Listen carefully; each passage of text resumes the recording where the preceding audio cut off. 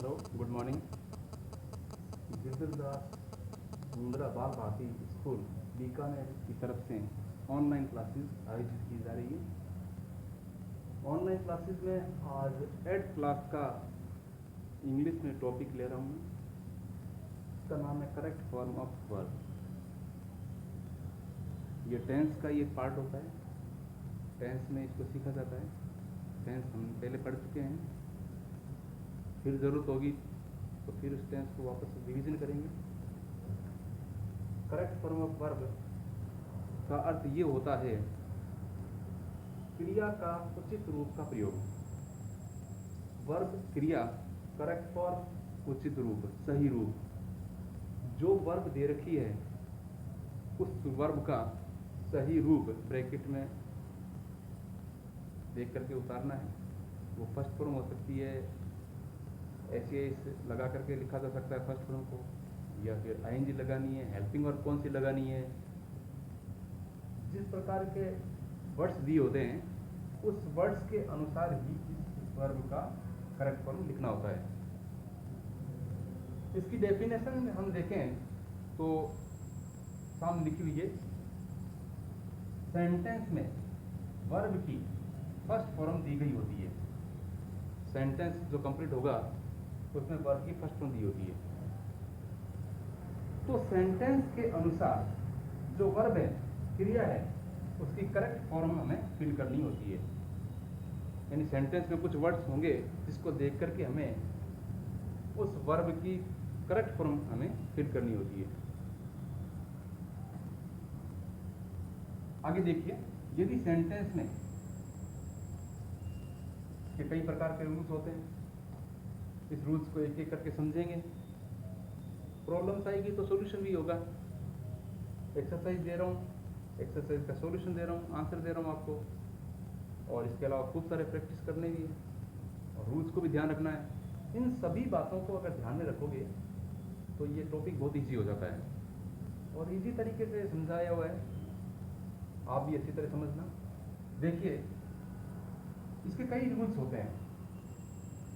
सबसे पहला रूल्स, जब हम बात करते हैं, सामने लिखा हुआ है, नज़र बोर्ड पे रखना आप और इसको ध्यान से समझना है।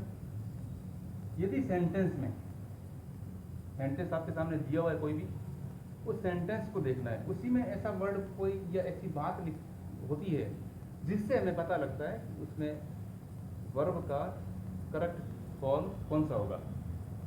यदि सेंटेंस में always, daily, ever, never, generally, regular, regularly, continuously, continually, often, seldom, etcetera words आते हैं, यदि इस प्रकार के वर्ड सेंटेंस में कहीं पर भी आपको नजर आते हैं तो वे सेंटेंस जो हैं वो जनरली यानी सामान्यतया प्रेजेंट इंडेफिनेट टेंस के होते हैं। वो टेंस जो होता है प्रेजेंट इंडेफिनेट का होता है। और ऐसे सेंटेंस में आपको बस इन वर्ड्स को देखना है, सेंटेंस की पहचान करनी है, ये पता लग जाता है प्रेजेंट इंडेफिनेट का होगा ये। और प्रेजेंट इंडेफिनेट के सेंटेंस में आपको हेल्पिंग वर्ब और वर्ब कौन सी लगानी है, किस तरह लगती है, वो यानी से बताया हुआ है। आप इस पर नजर रखना। हेल्पिंग वर्ब देखिए, जब नोट सेंटेंस में दिया हो या ब्रैकेट में कहीं होगा, उस सेंटेंस में कहीं ना कहीं नोट नजर आता है या फिर क्वेश्चन मार्क कहीं नजर आता है, तो आप ये मान के चलिए कि आपको हेल्पिंग वर्ब लगानी पड़ेगी, जिसमें डू या डज दो प्रकार की हेल्पिंग वर्ब काम में लेते हैं। अब डू या डज से लेना तो एक ही है।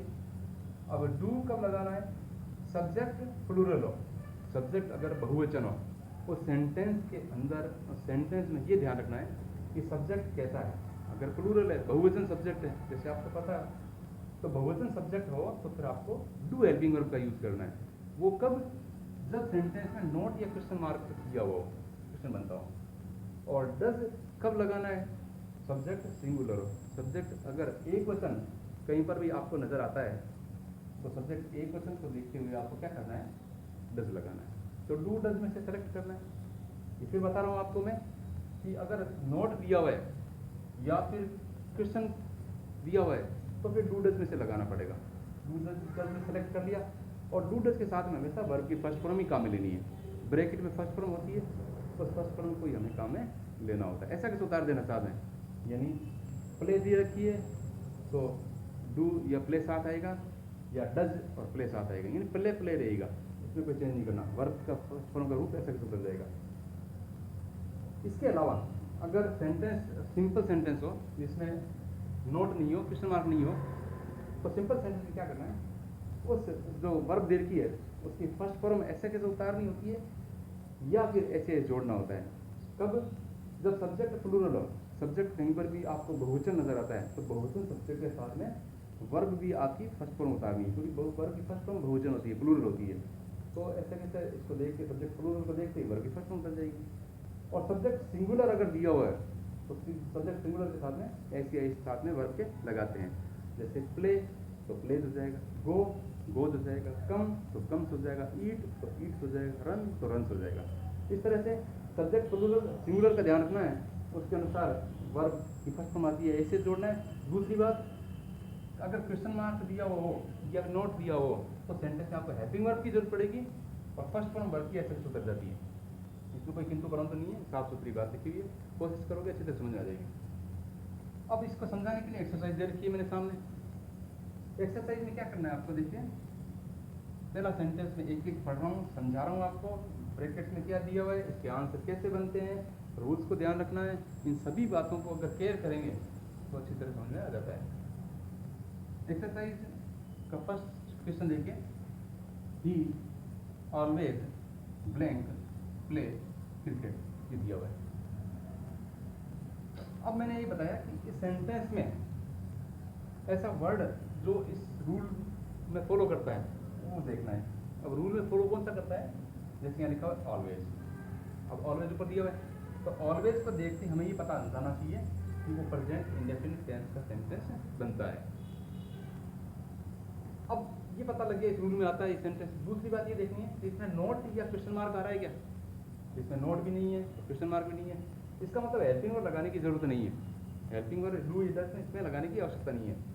फिर क्या करना है, फिर देखो इसको वर्ब की फर्स्ट फॉर्म है या ऐसे ऐसे, अब इन दोनों में से देखना है। फर्स्ट फॉर्म का मतलब ब्रैकेट क्यों लिखना है, प्ले का प्ले लिखना है, और ऐसे जोड़ना है तो प्ले का प्लेज हो जाता है साथ में ऐसे जोड़ कर। तो क्या करना है, अब सब्जेक्ट को देखिए, सब्जेक्ट प्लूरल है या सब्जेक्ट सिंगुलर है, अब ये ध्यान रखना है। अब इस सेंटेंस में देखिए सब्जेक्ट ही दिया हुआ है और ही सिंगुलर होता है ना, ही सिंगुलर है, तो ही सिंगुलर को देख के क्या करेंगे, अब वर्ब सब ऐसे आपको लगा करके फर्स्ट फॉर्म बनानी पड़ेगी वर्ब को। तो फर्स्ट फॉर्म जो है इसमें प्लेज, इसका आंसर मैं लिखा देखो प्लेज, क्योंकि आगे सब्जेक्ट सिंगुलर है, डू डज नहीं लगाया क्योंकि नोट भी नहीं है, क्वेश्चन मार्क भी नहीं है, ठीक है। और सब्जेक्ट प्लूरल होता तो ऐसा कुछ बता देते, सिंगुलर है इसलिए एस लगा दिया, साफ सुथरी बात है, इसको अच्छी तरह समझ आ रहा है। दूसरा सेंटेंस देखिए, I never blank sing a song. अब इसी तरह इस रूल को देखते हुए इसको बनाना है, कैसे बनाना है, नेवर दिया हुआ है, इसमें देखिए नेवर सामने दिया हुआ है, नेवर दिया हुआ है, तो नेवर दिया हुआ है इसका मतलब ये हुआ कि इसमें डू डज का यूज नहीं करना, क्योंकि नोट लगाना नहीं है, डू डज का यूज नहीं करना। अब देखना है इसको वर्ब फर्स्ट फॉर्म है या ऐसी है। अब वर्ब फर्स्ट फॉर्म में ऐसी है, देखो अब आई आपको पता है कि सब्जेक्ट प्लूरल होता है, आई को बहुवचन माना जाता है, तो आई को बहुवचन माना जाता है, तो आई अगर प्लूरल है तो वर्ब की फर्स्ट फॉर्म ऐसे भी उतर जाती है, ठीक है। तो ब्रैकेट में फर्स्ट फॉर्म है सिंग, तो आई को देख करके सिंग फर्स्ट फॉर्म के साथ है, यू क्यों लगा दिया, आंसर बन गया सिंग, ये सामने दिया हुआ आंसर। ब्रैकेट में देखिए डू डज लगाना नहीं है क्योंकि नोट नहीं है, क्वेश्चन मार्क नहीं है। दूसरा सब्जेक्ट प्लूरल है इसलिए वर्ब फर्स्ट में लगा दी, फर्स्ट फॉर्म ये सब्जेक्ट अगर सिंगुलर होता तो ऐसे जोड़ करके लगा देते। तीसरा सेंटेंस देखिए, they blank not make rice regular, ये दिया हुआ है। तीस सेंटेंस बिल्कुल वैसे ही, इसको भी देखना है रूल्स के अंदर। रेगुलरली वर्ड दिया हुआ है, रेगुलरली देख के हमें ये पता चल जाता है कि ये करेक्ट फॉर्म ऑफ वर्ब जो है ये प्रेजेंट इंडेफिनिट टेंस का बनता है। अब वापस देखिए, हेल्पिंग वर्ब लगानी है नहीं लगानी, वो देखो इसमें नोट दिया हुआ है, इसका मतलब हेल्पिंग वर्ब इसमें लगेगी, हेल्पिंग वर्ब लगाएंगे तो हेल्पिंग वर्ब लगाएंगे तो डू लगाना है या डज लगाना है, तो वापस वही बात आती है। तो डू डज में से क्या लगाना है, फिर सब्जेक्ट देखो सब्जेक्ट प्लूरल है या सिंगुलर है, डू लगाएं या डज लगाएं, सब्जेक्ट के अकॉर्डिंग लगता है। और सब्जेक्ट इसमें देखिए, सब्जेक्ट इसमें दिया हुआ है दे, और दे प्लूरल होता है। दे प्लूरल होता है तो फिर सब्जेक्ट प्लूरल के लिए आपको क्या लगाना है, डू लगाना है। तो डू तो लगेगा ही लगेगा इसमें। फिर नोट दिया हुआ है, डू नोट, और फिर देखिए फिर आपने वर्ब फर्स्ट में उतारनी है, उधर देखने की जरूरत ही नहीं है, वर्ब को नहीं देखना। अब इसी से मैंने सामने लिख दिया, तो डू डज के साथ वर्ब फर्स्ट में आती है, तो डू नॉट दिया हुआ है और कुक फर्स्ट में दी हुई है, तो ऐसा हो जाएगा। और थर्ड का आंसर देखिए यहाँ पे, डू नॉट कुक, थर्ड का आंसर बना दिया। इस तरह से 3 सेंटेंस बना दिए। फोर्थ देखिए, गीता ऑफन मेक नोट्स, ठीक है, वही बात आ गई। इसमें वर्ड देखो, ऑफन, ऑफन इसने दिया हुआ है, इसका मतलब इस रूल्स को फॉलो करता है, रूल्स को फॉलो करता है, तो आपको क्या करना है, इसमें नोट है या नहीं है, वो नहीं दिया हुआ, क्वेश्चन मार्क नहीं है, तो हेल्पिंग वर्ब नहीं लगानी आपको, सीधा वर्ब पे देखना है, वर्ब की फर्स्ट फॉर्म आएगी, एसीएस आएगी। और वो सब्जेक्ट को देखो, सब्जेक्ट गीता सिंगुलर है, गीता सिंगुलर है, तो आपकी सिंगुलर के लिए आपको पता है एसीएस वर्ब के साथ में जोड़नी पड़ेगी, तो एसीएस जोड़ना पड़ेगा। तो मेक फर्स्ट फॉर्म है, तो एसीएस जोड़ दो तो हो जाता है मैक्स, तो इसमें बन जाता है गीता ऑफन मैक्स नोट्स, तो इसमें देखो आंसर मैक्स मैंने लिखा है। बहुत इजी तरीके से, आसानी से समझ आ रहा है।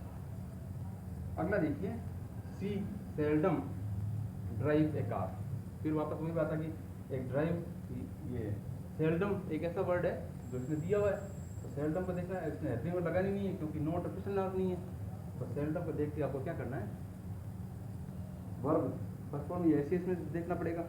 अब वर्ब फर्स्ट फॉर्म या एसीएस, वो देखो सब्जेक्ट प्लूरल है या सिंगुलर, सब्जेक्ट सिंगुलर है सी इसमें, तो सी सब्जेक्ट सिंगुलर है, तो आपको एसीएस से जोड़ना पड़ेगा। एसीएस जोड़ते ही तो क्या बनता है, देखो ड्राइव का क्या बन जाता है, ड्राइव, ठीक है।